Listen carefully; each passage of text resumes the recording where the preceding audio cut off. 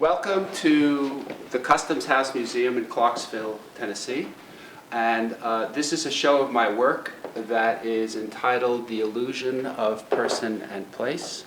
And we're going to go on a tour of the world right now. So we start in India.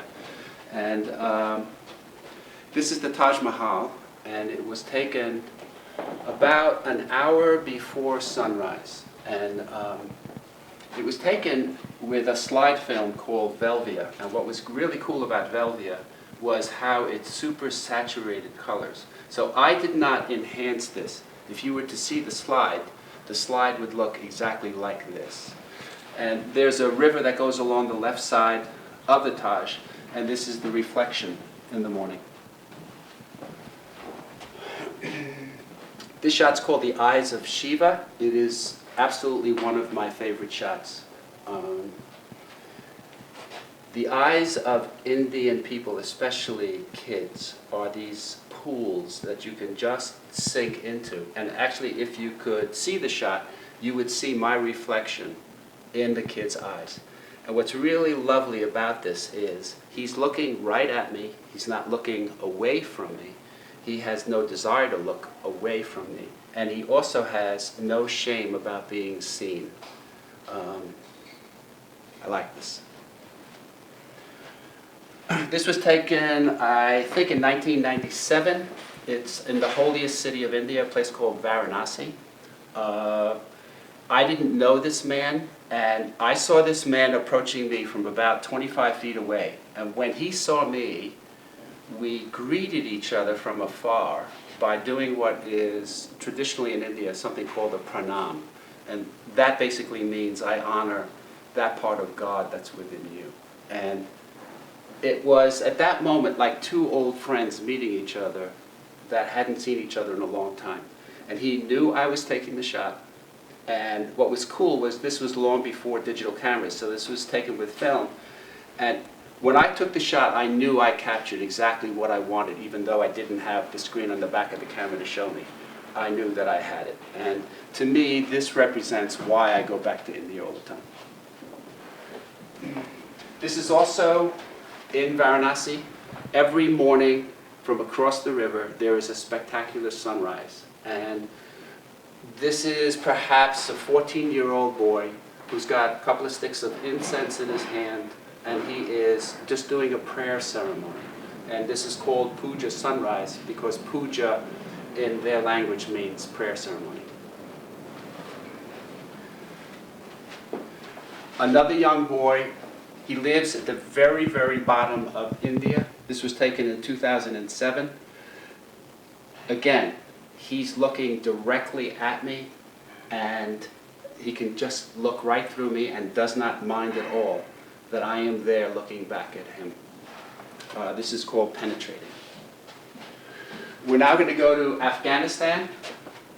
I had the good fortune of being in Afghanistan in 1974 and then again in 1975. And at that time, Afghanistan was one of my favorite places in the world. I have fun with people when I show them this shot and I ask them how old they think these hands are. This is actually a shot of a girl who's 9 years old. And her hands look like an old woman's hands. She actually was standing next to her brother, and I have another shot of her brother's feet, and they look equally as aged.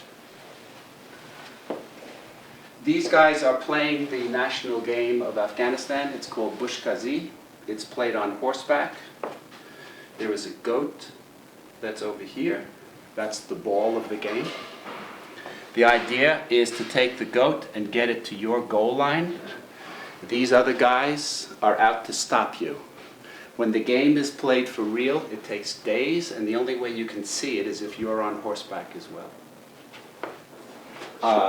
This actually was taken with a relatively short lens. I was standing in the middle of the field when I took this shot. If they were playing this game for real, I would have been killed. But it was very cool to see.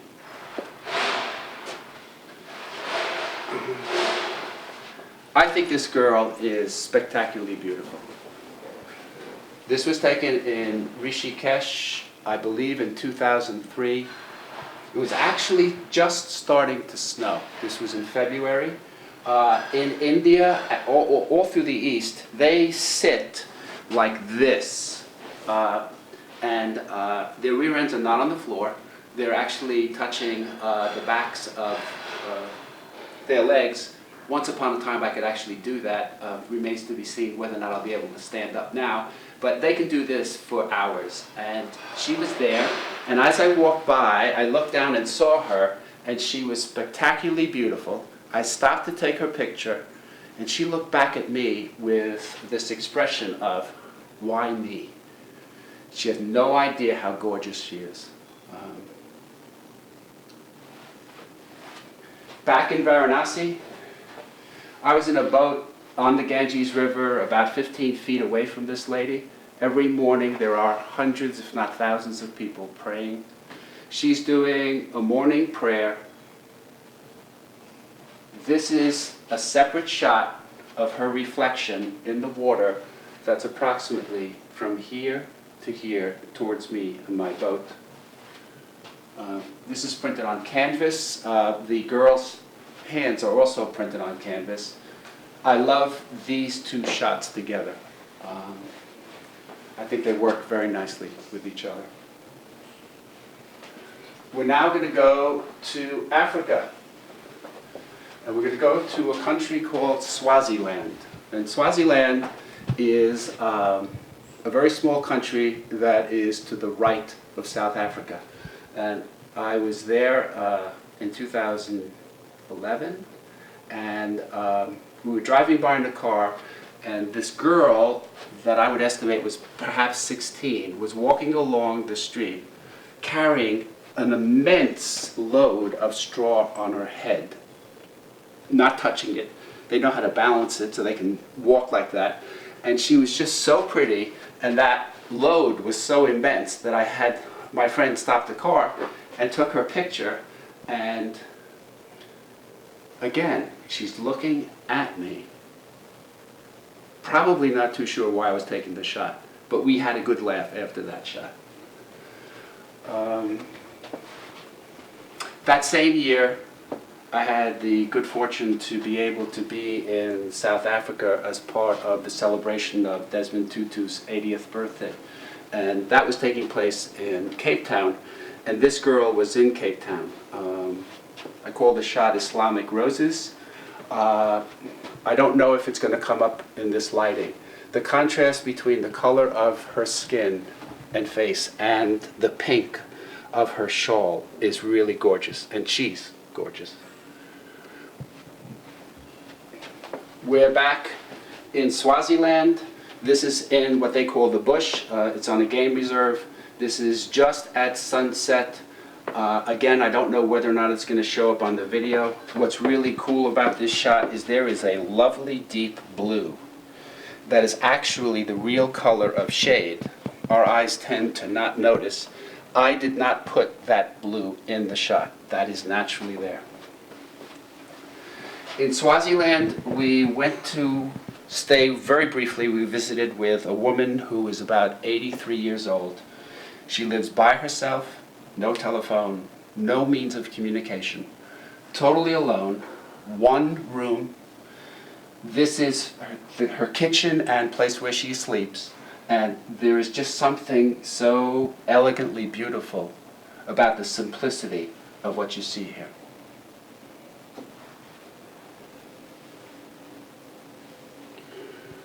We're now going to go back to India. Again, these were the days of film. This shot was back in Varanasi. This was taken at about 3:30 in the morning. It is about a 4-minute time exposure. What's really cool, one of the things that's cool about this shot is that I think it looks terrific. During the day, it just looks like a garbage dump. You wouldn't want to take a picture of it. But the lighting at night just created a really wonderful mood. So I was there, and I had my camera set on a tripod.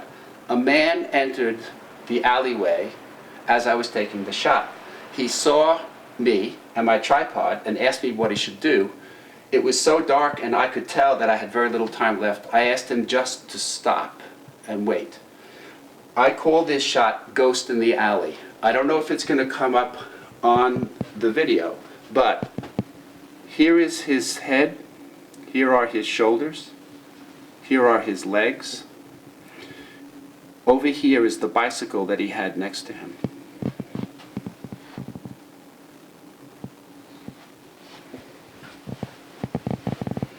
This shot was taken in Rishikesh. This is basically the town or city that the Beatles ruined. It is very common to see these gorgeous colors all through the East. This shot was taken in Bangkok, Thailand in 2011. This is a monk.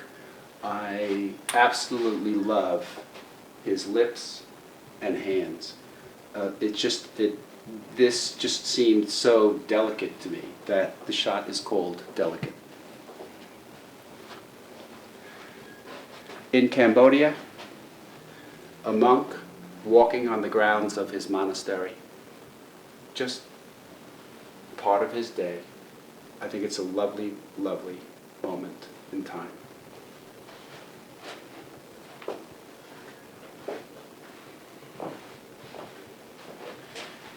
In 2007, my wife had been doing a lot of work with an organization called Peace Jam. They do a lovely thing. They match up a Nobel Peace Prize winner with high school students. And normally what happens is that they have one Nobel for a weekend with about 300 kids. This was their 10-year anniversary. They had 11 Nobels with 3,000 kids. I was asked to be one of the photographers, and the Dalai Lama was there, and he had just finished his talk. I was to his right, and just as he was finishing his talk, he was, again, that is like the very similar pranam that's done in India, to the audience, and I captured him just as he was getting ready to leave. It's called Lama's Glow. This was taken in 2007 in Vietnam, and Vietnam was a wonderful surprise to me. In the 60s, I was old enough to go there. I was allergic to green and did everything I could to not have the government pay for my trip there. I was lucky enough to not have to go. But in 2007, my oldest son Jonas and I had the opportunity to go to Nam and Cambodia. And as a shrink, I wanted to find out what the effects were on the people of the experience. And I intentionally went looking for evidence of anger or just some kind of contempt towards Americans. And I was blown away because I couldn't find any. I talked to people that were injured themselves, that had family members injured or killed, and I kept looking and I couldn't find it, and I'd find, why not? I said, you know that if we had started a war with you and you were tourists coming to our country, we would not treat you the way you're treating me? And they laugh and say, yes, we know. I said, so why not? And all they could say is, it's not part of our culture. The food was great. The people were amazingly friendly. They loved to laugh. The scenery is spectacular.